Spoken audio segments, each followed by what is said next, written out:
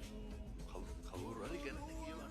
මිනිස්සු හරි කැමති කාට හරි වැරදිච්ච තැනක් මහ උලුප්පල ලොකුවට කතා කරන්න. පුරුදු වෙන්න කවුරු හරි මොකක් හරි කරන දෙයක කවුරු හරි මොකක් හරි කියන දෙයක ඒකේ ගුණයක් දකින්න පුරුදු වෙන්න ඒකේ ගුණයක් කතා කරන්න පුරුදු වෙන්න. අනේකගේ යහපත කතා කරනකොට අනේක අගය කරනකොට කියන්න බලන්න සිද්ධ වෙන්නේ අකුසලයක්ද කුසලයක්ද. ඔකට කීයක් විතර වියදම් වෙනවද? තියෙන කුම්මැහිකමට මොකද කරන්නේ? කිසි කෙනෙක්ගේ හොදක් කියන්න කැමති නෑ. මිනිස්සු හරි කැමති ගෙවල් දොරවල් වලම බලන්න.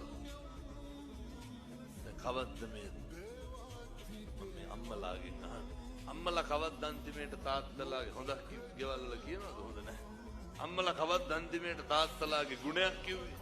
කියන්නේ වැඩිපුරම හොඳ කතා කරන මිනිස්සු මැරිලා නේ. කවද්ද මේ තාත්තලා අම්මලාගේ ගුණයක් කිව්වේ?